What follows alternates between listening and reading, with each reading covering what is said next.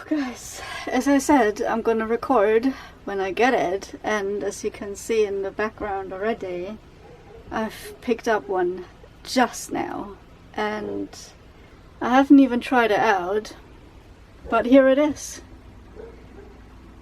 Ta-da! This is the sewing machine for the time being that I can that I'm gonna make patchwork pants and jumpers with. So yeah, as I said, I haven't even tried it out. I just picked it up. Got it off Facebook Marketplace. It was from a house removal company, so super cheap. And well, it's super cheap. I could have gotten it cheaper, but yeah, never mind. Yeah, so far so good. It has a little storage down here for my stuff. I haven't even looked it up what is in it. It was on the picture, but I didn't look up properly. Weird that the thing doesn't open like that. It's not like a bag, but anyway, bobbin down here apparently somehow. Oh, yeah, needs a clean.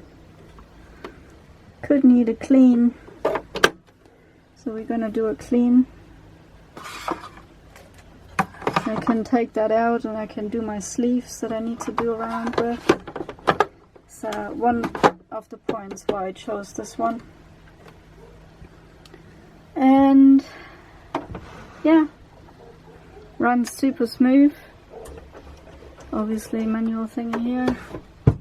I'm gonna look at that later on again before I ramble on a bit more and bore you guys with my excitement of exploring that sewing machine. But I think it's gonna be a better version of the one that I had before, so we'll see how long it lasts. I hope it lasts me a while until I actually make a bit of cash that I can get my Singer sewing machine.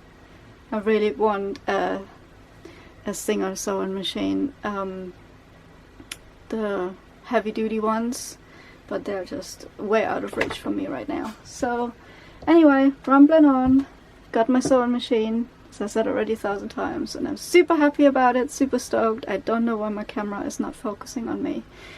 Anyway, let's get on with the day, and I'll come back to you when I record again. So peace out for now. As well as, I forgot to mention, just to add on to this story, because I was in town and I had a look in Aldi because they had a yarn event going on, and I'm like, oh my gosh. So I looked up online the yarn cakes and everything.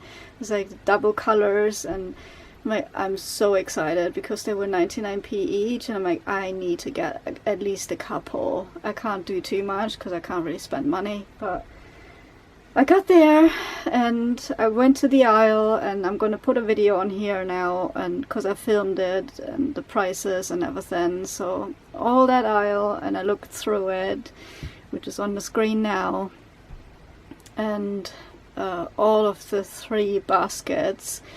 And I looked and looked and looked, and then the disappointment hit, sank in, because I could not see my yarn cakes. And I'm like, you must be joking. This event is 2 days now, and the yarn cakes are completely sold out.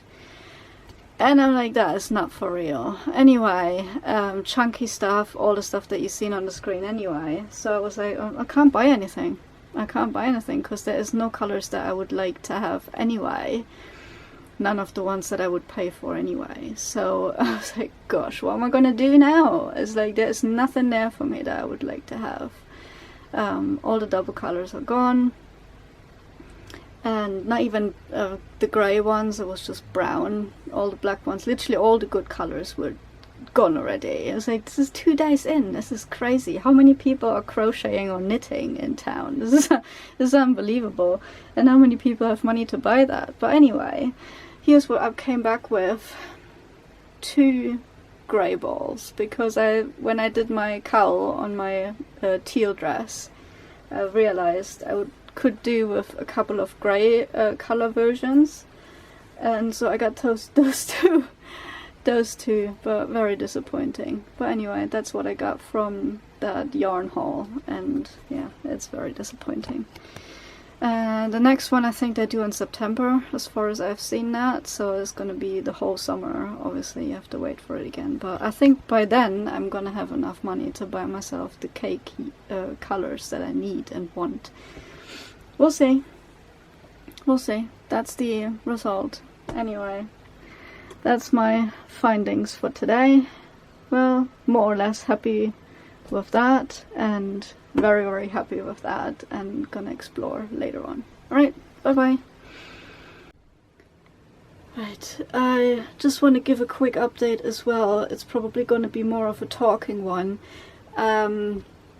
It's now been a few days later, and I have not done anything with the sewing machine. I was so busy trying to fix my dog, the food situation and everything. I've been looking up a new company, and that took me quite a bit of time in order to figure out which company is best, what prices are best, and I don't want to go too low and I can't go too high.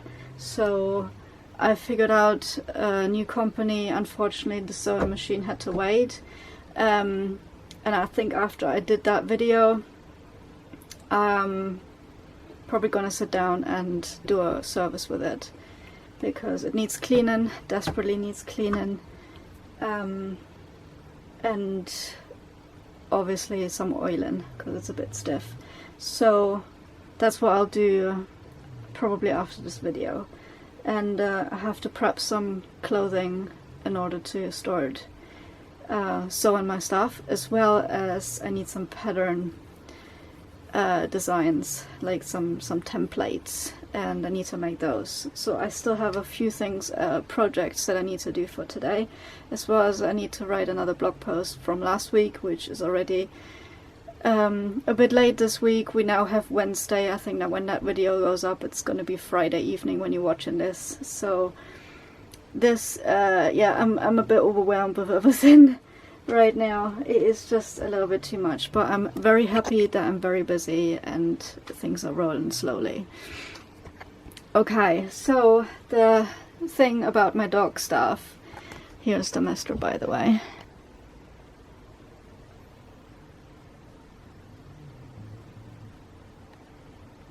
Yeah, so the thing about the dog story is the other one here, sleeping, because I just had their food like 15 minutes ago, and they're happily snoozing along. I gave her a bath as well, because her flea situation is just getting out of hand. So I made her a soap and gave her a bath today, and she is so much happier, and I'm probably gonna have to repeat that weekly, as well as doing the flea powders that I'm creating myself and pop that on her. It's difficult right now because the UK is super rainy again, but I will try and keep the flea powder on her and keep her as dry as possible, so we get that flea problem tackled. It is, yeah, it is crazy. It's as soon as you have them, it's hard to get rid of them. And anyway, so to this dog, I discovered over the Christmas period, I think I said that, mentioned that in the last video,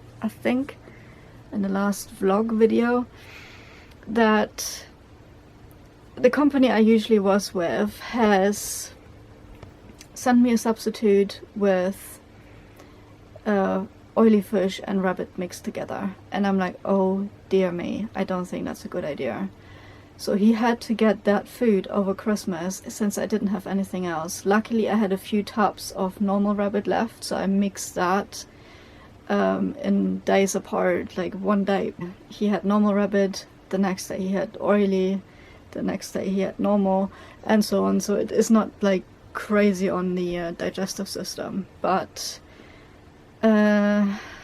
what was it, end of December, start of January, so about 2 weeks into the feed, I've seen already the changes. His ear started getting black, and I'm like, oh dear, and he started head shaking, and I'm like, oh, it's, please don't tell me what I think it is.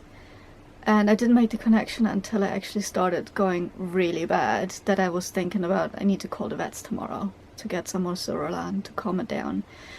I stopped the oily fish just a few days ago. Unfortunately, I didn't make the connection soon enough in order to see it is the food that I'm feeding. I know it now. It is for sure the food that I'm feeding. It came down to the fact that I mixed, obviously, the oily fish, which is not good for him. His gut is still not fixed. And I mixed with turkey and I mixed with lamb just to try, because I'm so I just want to get him on different food. I'm very impatient now. I just want to get it going. I want to get him on different stuff, and obviously this dog is not ready yet. So I paid the price and he paid the price, and I stopped, obviously the turkey I stopped I think more than a week ago. Stopped feeding or mixing the turkey with it as soon as he started with his black, and as soon as I made the connection with that is the food, that is definitely the food problem. The lamb, he didn't have that much reaction, but with the turkey for sure. But I stopped both, and I stopped, it was finished anyways, I didn't buy that many tubs, and I think, when was it, 3 days ago or 4 days ago, I stopped the oily fish and just fed the normal rabbit, because I ordered a bit more last week and then gave me the normal rabbit again. The quality is still very terrible, as I can put a picture on here now. As I took a picture on it in the bowl, it is in a bowl. It is just crazy, the amount of inconsistency of this company. I have never experienced it anywhere else like this crazy. That's the main reason why I would change between companies all the time, to not have the same consistency. But this company for a long time has been very inconsistent with the rabbit, and I don't know why it is. And I want to change once and for all. I mean, the turkey has been super consistent this whole time. There was only a one-time slip down, which was the quality very bad with very many bones. But other than that, the turkey was totally fine. Both of them get super dry poop with that company as well. It's more or less because I need to add fiber somehow. It is not in the food. You need to add it. So I learned a lot of things over the past week and done a lot of research about how to help this dog. And like I said, I cut off the oily fish because that was triggering his ear. It was not the right ear, as it usually triggers the yeast impact. It was the left ear this time. And I was like, that's very strange, because usually it goes onto the right ear. Anyway, I stopped the oily fish for the millionth time. I would keep repeating everything. And I went on with just normal rabbit and started giving fish bone broth, including, I separated now the marshmallow root and slippery elm. Usually I gave it mixed with his food. And what I started now, since yesterday, I'm giving this about half an hour before the normal food is given. And since his ear gone really bad over the last couple days, I'm like, kind of started panicking a little bit, and then contacted the vets yesterday. I was like, so I need to get some more Suralan. His ears flared up again. They usually know this story because I only go to the vets because of his ear. Nothing else has been coming up with him in the past few years. It was always the ear and the allergic reactions, whatever. And I have to say, this time it is a bit of a nightmare with the vets. I don't know if they changed vets, because last time when I was there in October, there was someone else. I didn't know that person. She was new. Very friendly. I have nothing to say bad about her, but in general, the vets are getting really, really bad money grabbing. I thought this vet that I'm with is a bit different, but unfortunately they are not, because after the experience I had yesterday and today. So I'm getting into this now. I called them obviously yesterday. I was like, I was like, okay, last time I've been there was October, got the prescription, got the medication, the Zorolan, and it went down after that. It was fine. Now we have another flare-up. It is in the 4-month range. Like every 4 months, if you're in this range, the vet doesn't need to check your dog. I don't know why they have this policy, but they do. It's just what it is. I think that's whatever.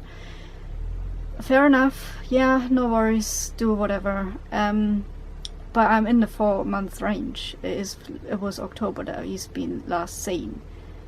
And the receptionist kept arguing with me for whatever reason. I don't know why, but here we are. She told me to call me back because she needs to correspond with the vet to see if I actually do not need to come in, because she wanted to tell me I need to come in because we're coming close to the 4-month range finish line. And I'm like, I don't see where this is coming close to it, because we have mid of January and I was there last October. Makes no sense. To me it doesn't, to her maybe it does, but the policies with those things are getting way out of hand in my opinion. The next thing, now I had to wait another day, and I was like, I don't want to do this anymore. I don't want to panic anymore. I almost thought I'm gonna do that with the food situation. It's gonna go that route anyway. I'm almost certain that the food triggered his ears reaction. And for some reason I came back to that article that I read months ago when I was having this trouble with him with the ear last September.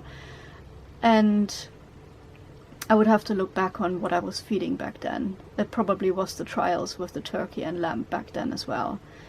And I unfortunately always learn too late, but yeah, it's never too late to change. So I looked at the article, and basically, long story short, I started putting him on a fast today. So last night he had his last meal, with all the stuff of giving him bone broth and giving him the slippery elm beforehand, and after that he didn't have anything the whole day today, except I keep giving him 1 teaspoon of slippery elm and marshmallow root mix, which I mix with warm water, and I syringe that, give that with a syringe in his mouth. Like he licks it from me. He doesn't lick it from the bowl, he just licks it from a syringe, which is fine. So I gave that to him in the morning, I gave that to him earlier. So every time she gets food, she doesn't do any of that, what I'm doing with him. So she gets her regular food. During the day, I give him 1 teaspoon of bone broth, and that's fish bone broth. And I mix that with warm water, and he usually licks that off the bowl. He's kind of okay with it. Sometimes I have to give a little bit with the syringe so he knows that it actually is tasty and not just water, because he doesn't drink water. You have to really push him to actually drink something. So that was fine, and he did not have any weird or nasty symptoms or reactions or behaviors like he did the last times when he had grumble stomach or colitis symptoms, or obviously food inconsistencies that he didn't like stuff. And he did not have any of that this time today, and that's how I know I'm going actually in the right direction. I was very hesitant, I have to say, to do this fasting with him. Very hesitant. I was like very hesitant last time, but since that dragged on for a month, I did not want to push this any further. Thinking about it afterwards, I probably should have done it and saved myself $110. But you live and learn. So now, since it started again, I thought, okay, I can't get to the vets ASAP, and I don't want to spend or don't have £110 just for me to go there. They make a swab test, which they do every time, and then pay that just to say yes, that it is what it is, and we need to give Zorolan. I know that already. That's why I just wanted the prescription. That was my whole point. I know what it is. The vet knows what it is, but they still want me to like come in and get the whole procedure going and stress him out to the max. That's the biggest issue, stress him out to the max. And I'm not doing it. I'm not doing it. Anyway, mumbling on for too long. If you're still with me, that's absolutely fantastic. And yeah, now is the first day almost over of fasting and giving bone broth and slippery elm and marshmallow root, and this dog is brilliant. He obviously is a little bit hungry because he sees her eating, which I can't prevent because I can't put him anywhere else, but I give him the stuff when she is eating, so he's got something to, like, you know, that he doesn't just sit there and stare and watch her eating. So I give him the slippery almond stuff meantime. But as you can see, he is not nagging on anything, he is not hyper, he is not feeling bad, he is literally super relaxed and sleeping cuddly warm and yeah, sleeping along. And that's the sign for me that I'm on the right track. I mean, I know this dog long enough now that I can tell the symptoms when he feels very uncomfortable, and that was about 3 days ago when his ear was getting really bad. And yeah, he was having the symptoms of, like, his behavior changed. He was literally in the front when it was super cold, rolled up in the front, just wanted to hide away from everybody. I'm like, this dog does not feel good. So yeah, and I think I'm on the right track. Plus, his ear is calming down, seemingly calming down. And I wasn't sure if I'm gonna stretch this fasting another day, but I think I will. I think I will try to do another day, like do 2 days, like today and tomorrow, and see how this goes tomorrow and see how the ear works. And if it really is good, then I will start tomorrow night feeding again. Slowly, steady, lots of bone broth, and yeah, unbelievable. If that is actually the healing method to do this, to see it in the right moment, which I did this time, and I'm very glad I did. And then it's gonna be that, and I will not go back to the vets and spend 110 stressing him out to the max, and yeah, only to get some steroids into him. So if that is actually the way to go, then I will do it. And we will see that tomorrow, but I can already see the ear has calmed down. There is no pus anymore, there is no slime, there is no redness, no swelling, or like, swelling is still there, but it's not like, oh, it is getting bad. It is actually the opposite. It's turning better. Wow, I did never say that it's actually working this way. I'd never believed that it actually happens this way, but now I'm seeing it by myself and I'm very impressed. I really am. Anyway, long story short, the email came from the vet this morning. This is why I made a decision of actually putting him on a fast. That she is very, well, not very, she just unfortunately has to tell me that the vet decided I need to come in, even though it's in the 4-month range. And that's why I was like, I was starting to steam quite a bit. I was like, this is not real. This is not for real. I thought these vets are a little bit different, but unfortunately they are just like everybody else, massively money grabbing, trying to squeeze as much money out of you as they can. Even though I'm in the right, I'm in the 4-month range, and therefore I shouldn't come in. I shouldn't have to. And I'm just gonna skip this one. It's just mind-boggling to me how they just think they have the right to do this and you just have to go along with it. And I'm like, no, I'm not doing it. Simply not. I'm not doing it. And yeah, that's my story for the vets and his ear flare up. And it looks like I'm hopefully having this fixed very soon then, because now we are another step further in his healing process. I just have to watch out how I'm going to fix the gut now, which I now want to do continuously with bone broth, and it's only fish bone broth, and he gets that alongside his rabbit. As I said, I have changed companies. I have ordered something else today. Came the package. The unfortunate thing is, though, it is in 2.5 kilo pouches, which means I have to defrost quite a huge chunk in order to prep his food. It's always an up and down side, but we'll see how this food goes and how good it is with him. And until his gut is fixed, he will only get rabbit, and I will continue to do the bone broth because that is mainly fixing the gut, and that's what I can pay for at the moment. The powders should last at least a month, and they're about £16 for 120 grams, and I will see how long I last with that. And that's it. And for the girly and fixing her gut, I have ordered